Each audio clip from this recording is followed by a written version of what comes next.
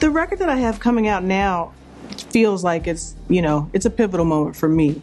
In terms of my career, we'll see.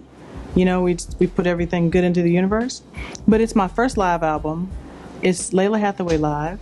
It's recorded at the Troubadour, which is where my father recorded Donny Hathaway Live.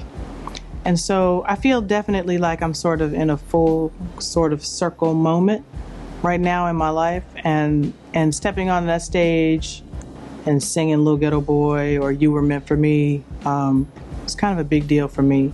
So that feels pivotal.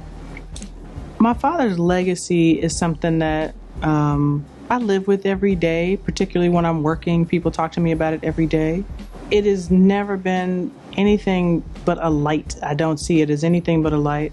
I never had to step into it because I'm already where I am. I feel really comfortable being a singer and coming from the greatest singer who ever lived. I think that there is a lot of outside pressure sometimes, but I really don't concern myself with it. The pressure I put on myself is probably greater than anyone would ever imagine. So stepping onto that stage and making a record like his record, for me, I feel completely covered.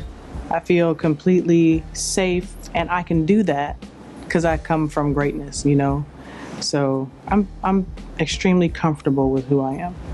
There is no balance. I mean, the two things are not mutually exclusive. The business part of the music industry and the music part of what I do are sometimes together, and that's the best worlds, but they are usually very separate entities.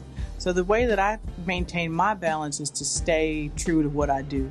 I really keep music first. The rest of it follows. The industry part of it can grind you into dust. I've been telling people that. And the music part of it is what sustains me.